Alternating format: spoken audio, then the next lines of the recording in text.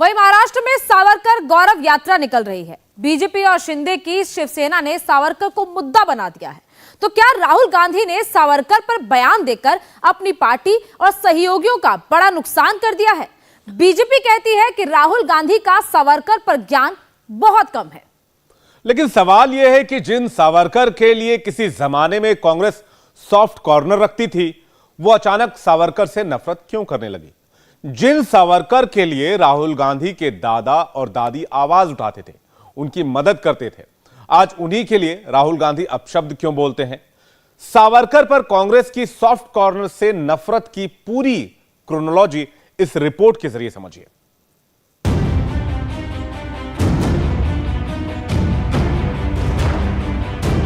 सावरकर माने तेज, सावरकर माने त्याग।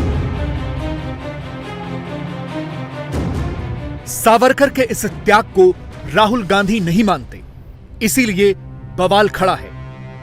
राहुल गांधी सोचता है मेरा नाम सावरकर नहीं है, मेरा नाम गांधी है। गांधी किसी से माफी नहीं मांगता। लेकिन किसी जमाने में राहुल गांधी के दादा फिरोज गांधी सावरकर के पक्ष में संसद में खड़े हो गए थे। राहुल गांधी की दादी इंदिरा गांधी ने सावरकर पर डाक टिकट जारी कर दिया था।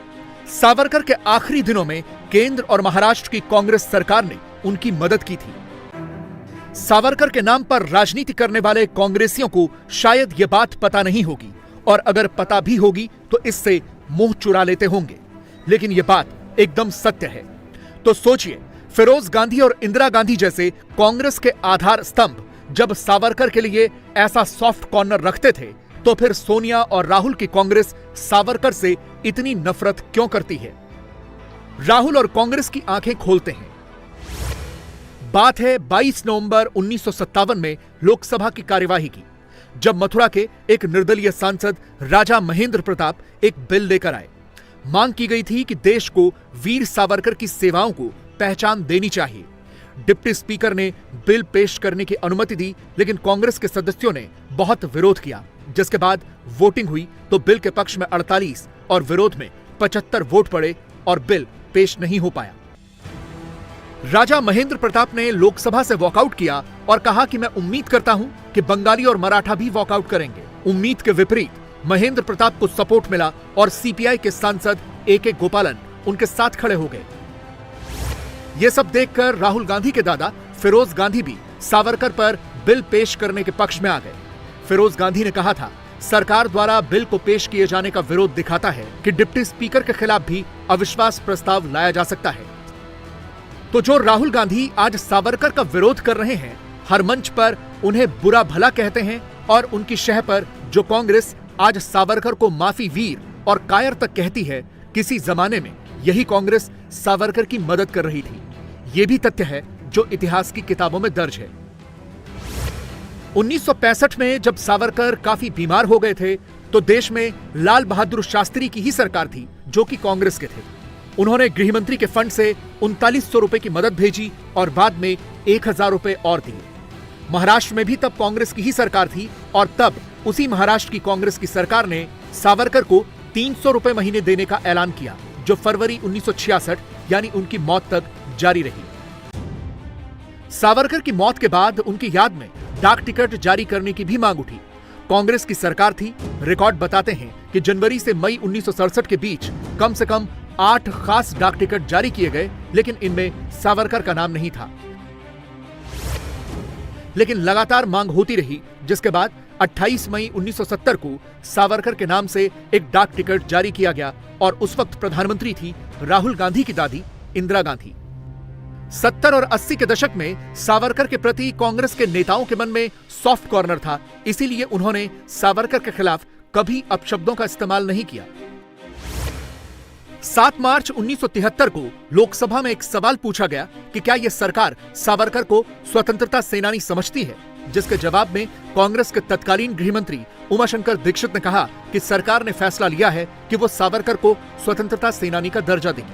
1985 में कांग्रेस के खलीलाबाद से एक सांसद चंद्रशेखर ने लोकसभा में मांग रखी कि हम स्वतंत्रता संग्राम में सावरकर के महान योगदान को भुला नहीं सकते, इसलिए मैं गृहमंत्री से मांग करूंगा कि पोर्ट ब्लेयर का नाम भारत के वीर सपूत सावरकर के नाम पर रखा जाए। इसके बाद जब 80 और 90 के दशक में बीजेपी ने राम मंदिर का आंदोलन शुरू किया और सावरकर की हिंदुत्व की सोच को लोगों के सामने रखना शुरू किया, तो कांग्रेस की सावरकर के प्रति नफरत बढ़ती गई। सन 2000 के बाद लेफ्ट और कांग्रेस पार्टी की विचारधारा सावरकर के प्रति सख्त हुई, क्योंकि उन्हें बीजेपी की मुखालफत करनी थी। जब वाजपेयी जी की सरकार थी तो फरवरी 2003 में सावरकर की पुण्यतिथि पर संसद के सेंट्रल हॉल में सावरकर की एक फोटो लगाई जानी थी। लेफ्ट पार्टियों और कांग्रेस ने इस कार्यक्रम का विरोध किया। तब की कांग्रेस अध्यक्ष सोनिया गांधी ने राष्ट्रपति कलाम को सावरकर की फोटो लगाने के खिलाफ पत्र लिखा और कहा कि यह बहुत बड़ी ट्रेजेडी होगी अगर सेंट्रल हॉल इसके लिए इस्तेमाल होगा। असल में विनायक दामोदर सावरकर पर महात्मा गांधी की हत्या की साजिश में शामिल होने का आरोप लगा था। वो गिरफ्तार भी हुए थे, लेकिन बाद में अदालत से उन्हें छोड़ दिया गया था। बाद में कपूर कमीशन की रिपोर्ट में भी सावरकर पर शक जताया गया था, लेकिन इससे पहले सावरकर का पूरा जीवन देश की आजादी के सपने और उन्हें सच करने में ही बीता था। खुद महात्मा गांधी 1906 में सावरकर से लंदन में मिले थे। तब गांधी महात्मा नहीं थे, मोहनदास करमचंद थे। गांधी तब तक भारत वापस नहीं आए थे, साउथ अफ्रीका में ही रहते थे और वहां भेदभाव के खिलाफ आवाज उठा रहे थे। इसी के समर्थन के लिए वो सावरकर से मिलने गए थे।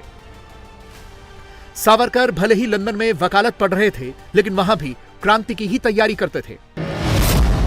1907 में 1857 के पहले स्वतंत्रता संग्राम को 50 साल पूरे हो गए थे। ब्रिटिश इसे विद्रोह कहते थे, लेकिन सावरकर ने इंग्लैंड में रहते हुए इसे भारत के स्वतंत्रता संग्राम के 50 वर्ष के तौर पर मनाया और वहीं पर उन्होंने 1857 के स्वतंत्रता संग्राम पर पूरी रिसर्च के बाद एक किताब लिख डाली। इसी दौरान नासिक के कलेक्टर AMT जैक्सन को आनंद कानहरे नाम के एक क्रांतिकारी ने गोली मारकर मार दिया। बाद में पता चला कि जिस पिस्टल से हत्या की गई थी वो लंदन से सावरकर ने एक किताब के अंदर बंद करके भेजी थी। मार्च 1910 में लंदन में सावरकर को गिरफ्तार कर लिया गया। सावरकर को ब्रिटेन से भारत भेजा गया ताकि उन पर भारत में मुकदमा चलाया जा सके, लेकिन सावरकर जहाज से उतरकर तैरकर भाग निकले। उन्हें फिर गिरफ्तार किया गया और वापस भेजा गया। बॉम्बे हाईकोर्ट में सावरकर पर जल्दबाजी में केस चलाया गया। आरोप लगाया गया कि ब्रिटिश क्राउन के खिलाफ वो युद्ध छेड़ रहे थे, यानी सीधे राजद्रोह का केस था। सावरकर को दोहरी उम्र कैद की सजा हुई और उन्हें अंडमान भेज दिया गया। काला पानी की सजा, जहां उन्हें पोर्ट ब्लेयर की सेलुलर जेल में रखा गया, जहां से कभी कोई वापस नहीं आता था।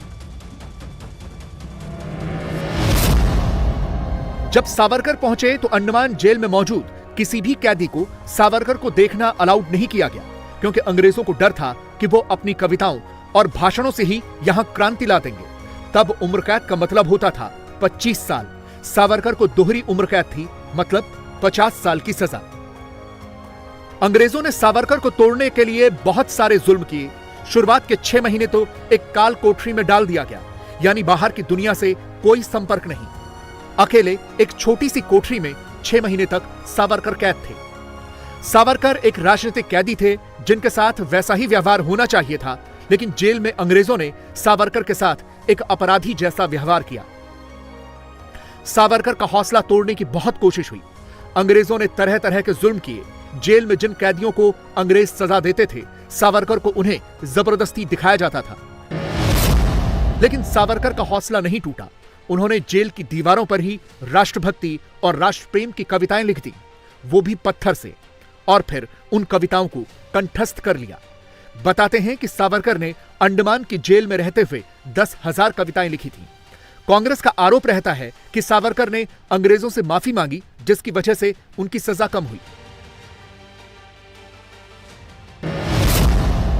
सावरकर ने अंडमान जेल में रहते हुए 6 अलग अलग दया याचिकाएं लिखी थीं, लेकिन सावरकर के समर्थकों का तर्क है कि यह उनकी रणनीति का हिस्सा था, क्योंकि सावरकर स्वतंत्रता की अलख जगाने के लिए जो काम करना चाहते थे वो जेल से नहीं हो सकता था, इसीलिए वो आजाद होना चाहते थे। इस बीच देश के अलग अलग हिस्सों से सावरकर को छोड़ने की मुहिम चल रही थी। इसी दौरान ब्रिटिश सरकार ने सावरकर को अंडमान की जेल से निकालकर रत्नागिरी की जेल में डालने का फैसला किया, जहां सावरकर को कुछ सुविधाएं भी दी गईं। 1924 में उन्हें छोड़ा गया, लेकिन शर्त यह थी कि वो रत्नागिरी जिले को नहीं छोड़ेंगे और किसी भी तरह की राजनीतिक गतिविधि में हिस्सा नहीं लेंगे। सावरकर के इन्हीं कष्टों और बलिदानों की वजह से वो बीजेपी के लिए पूज्य हैं। सावरकर के हिंदुत्व के सिद्धांत को बीजेपी ने अपनाया। सावरकर माने तेज, सावरकर माने त्याग, सावरकर माने तप, सावरकर माने तत्व, सावरकर माने तर्क, सावरकर माने तारुण्य, सावरकर माने तीर, सावरकर माने तलवार, सावरकर माने तिलमिलाहट, सागरा प्राण तड़मड़ला, तलमड़ाती हुई आत्मा,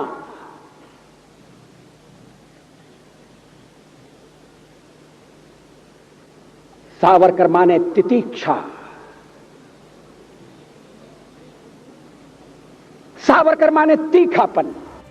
नरेंद्र मोदी तो उस सेलुलर जेल में भी गए थे जहां सावरकर ने 10 साल और 9 महीने की सजा काटी थी। साथियों, सेल्यूलर जेल के कैंपस में प्रवेश करते ही एक अलग ही एहसास मन मस्तिष्क में भर जाता है। वो लोग न जाने किस मिट्टी के बने थे, जिन्होंने तब हंसते हंसते यातनाएं झेली थी। सेल्यूलर जेल के कैंपस में चलते हुए ऐसा अनुभव होता है कि भारत मां के वीर सपूत समंदर की लहरों पर अपने खून पसीने से भारत मां की जय लिख रहे हैं। वीर सावरकर को लेकर जितनी भी बातें सुनी और पढ़ी है, वो एक एक घटना दृश्य बनकर जीवंत हो जाती है। हालांकि सावरकर को भारत रत्न देने का बीजेपी का वादा है और विरोधी उन्हें अब इसी वादे की याद दिलाते हैं। आज इकडे मुद्दामून भारत मातेची प्रतिमा ठेवलेली आहे आणि घटना ठेवलेली आहे। सावरकरांची यात्रा काढताना काढा, पण सावरकरांचे जे स्वप्न होतं, आज सिंधूपासून सिंधू, नदीपासून सिंधू सागरापर्यंत अखंड हिंदुस्थान आहे, तुमच्यात वरती बसली त्यांची हिंमत आहे। अमित शहानी जे मला मरे म्हटलं होतं की शिवसेनेला जागा दाखवा, जमीन दाखवा, म्हटलं होय मला जमीन बघायचीच आहे, पण ही जमीन नाही, आम्ही ह्या जमिनीत जन्माला आलेलो आहोत। आम्ही जी तुम्ही बाहेरचे आहात, महाराष्ट्राच्या बाहेरचे तुम्ही आहात, ही माझी मातृभूमी आहे आणि जमीन दाखवायची असेल तर पाक व्याप्त काश्मीरची जमीन जिंकून आम्हाला 1 इंच तरी ती जमीन जिंकून दाखवा, तर आम्ही तुम्हाला मानू, नाहीतर पुचाट लेखायचे हिंदुत्वाच्या गप्पा करू नका। सावरकर को एक मुद्दे के तौर पर बीजेपी 2024 तक जीवित रखना चाहती है, क्योंकि सावरकर का सम्मान उद्धव की शिवसेना का भी कोर इशू है। लेकिन उद्धव ने अब सावरकर का अपमान करने वालों से हाथ मिला लिया है। इसीलिए बीजेपी इस संदेश को पूरे महाराष्ट्र तक ले जाना चाहती है।